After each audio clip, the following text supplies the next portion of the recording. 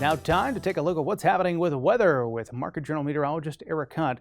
Eric, it's been hot and dry as we look out to the past week or so here. I understand you prepared an extended forecast for us as we look back on July and preview what's ahead in August. Take it away, Eric. Thanks, Bryce. Let's start off by taking a look at the ENSO state.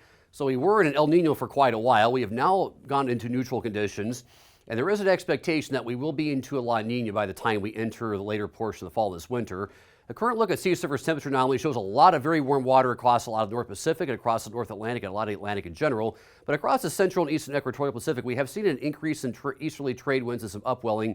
So we have seen those sea surface temperature anomalies get a little on the cool side, indication that we are starting to head toward a La Nina.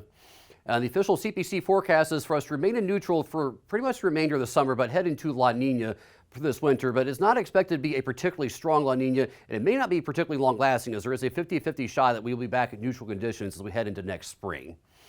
As we head to look month of August, the CPC shows pretty much warm favored for the entire country, including all of Nebraska, with warmer than average temperatures favored as we head further west in the state. One caveat, though, is that if we take a look at some guidance from the European model, it shows some really strong ridging across northwestern Canada and some deep troughing in the eastern portion of Canada. That would actually help drive in some much cooler air into the north-central U.S. So if this comes to fruition, say between like August 8th and 12th, we could have a nice little stretch of temperatures staying in the 70s for highs and maybe even getting well down the 50s for lows. Again, this is a little ways out, but it's something it is starting to be a possibility as we head toward the middle of August, at least a temporary reprieve from the heat. The European model does show it being relatively warm through pretty much the entire country through the month of August, so pretty much in agreement with the CPC. The CFSO, on the other hand, is kind of an outlier, maybe not an outlier, but certainly offers a dissenting opinion with much cooler temperatures expected across other northern plains and western Corn Belt. In terms of composites, so look at some other years that might look a little bit similar, 10, 16, 17, and 20. Not necessarily great analogs, but possible analogs. And they do show there is some signal for potential for cooler weather across portions of the central United States, with generally warm on both east and west ends of the United States.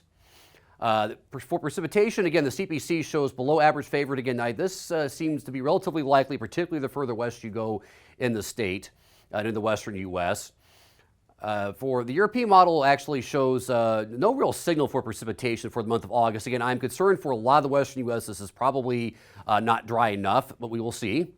The CFS certainly is a dissenting opinion on both temperature and precipitation. Particularly precipitation shows pretty much the entire region as being wetter than average. I actually hope this really comes true for a lot of the panhandle. It really help take care of some of the, at least put the kibosh on the drought getting much worse.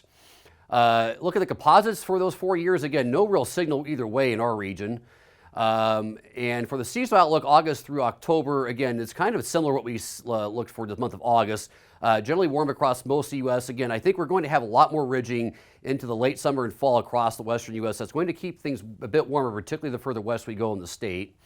The seasonal outlook for precipitation shows dry favored for pretty much the entire state of Nebraska and a lot of the corn, at least the western half of the Corn Belt. Seasonal drought outlook shows drought likely to expand into parts of western Nebraska.